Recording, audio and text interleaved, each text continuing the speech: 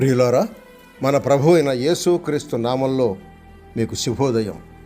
ఆయనను గూర్చి అనుదిన ఆత్మీయ ఆహారం, జూన్ 21 ప్రభుదినం.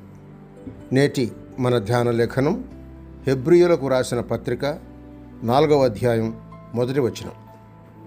ఆయన యొక్క విశ్రాంతిలో ప్రవేశించుదము అను వాగ్దానము ఇంకా నిలిచి ఉండగా, మీలో ఎవడైనను ఒకవేళ ఆ వాగ్దానము పొందకుండా తప్పిపోవునేమో అని భయము కలిగి ఉందము. వ్యాఖ్యానాంశం హెబ్రీ పత్రికలో 5 హెచ్చరికలు 3వ భాగం. వ్యాఖ్యానాంశం హెబ్రీ పత్రికలో 5 హెచ్చరికలు 3వ భాగం.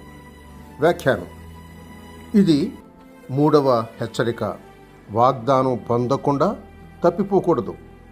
3వ హెచ్చరిక, వాగ్దానము పొందకుండా తప్పిపోకూడదు. ఇది కూడా విశ్రాంతికి సంబంధించిన జాగ్రత్తే. ముందు మాటలో ఇశ్రాయేలీయులు విశ్రాంతిలో ప్రవేశింపలేకపోవడానికి కారణం వాక్యానికి అవిధేయత చూపించడం అని రచయిత రాశాడు.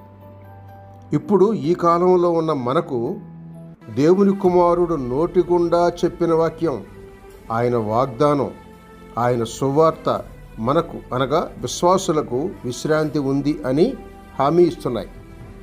ఇంతకుముందు చేసిన ప్రమాణం కేవలం ఇశ్రాయేలీలకే కానీ అన్ని తరాలకు కాదు.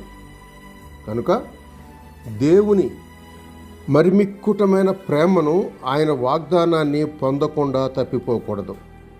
పౌలు రాసినట్టు, ఏ విధము చేతనైనను మనుషులను రక్షించగోరే దేవుడు మన కొరకు చేతులు చాస్తూ ఉన్నాడు.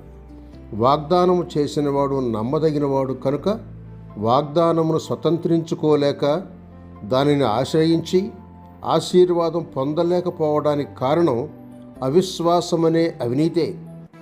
కానీ దేవుని నీతి సంపూర్ణంగా సర్వకాలాల్లో మానవుడి పక్షంగా సమృద్ధిగా కనికరపూర్వకంగానే ఉంది. ఇది సత్యం. అందువల్ల కీర్తనకారుడు కృపాసత్యములు కలుసుకునేవి, నీతి సమాధానములు ఒకదానినొకటి ముద్దు పెట్టుకున్నవి అని 85వ కీర్తన 10వ వచనంలో వ్రాస్తున్నాడు. వాగ్దానం దేవుని కృపే కదా, దాన్ని పోగొట్టుకోవటం మూర్ఖత్వమే అవుతుంది.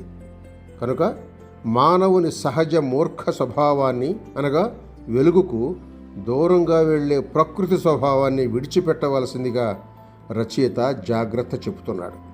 క్లుప్తంగా, అవిశ్వాసం అవిధేయతకు, అవిధేయత అవిశ్రాంతికి, అవిశ్రాంతి పాపం వలన కలిగే భ్రమకి, దానివల్ల కఠినత్వానికి, దాని వలన రాలిపోవడానికి కారణమవుతాయి.